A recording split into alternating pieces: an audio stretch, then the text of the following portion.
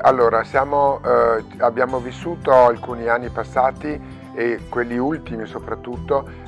con questo senso di fastidio da parte dei veneziani che il carnevale era un disturbo e non certo un indotto che poteva aiutare la città. E questo ha contribuito moltissimo anche il fatto che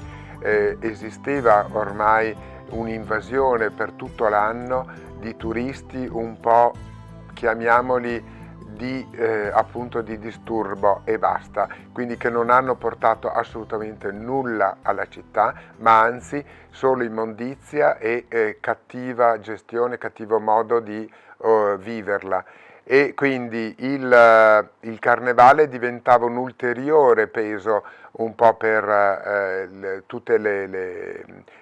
diciamo, i negozi, i ristoranti, qualsiasi cosa diventava solo ed esclusivamente una cosa che non poteva avere lo stesso spirito di un tempo, e questo il carnevale è stato veramente penalizzato, perché poi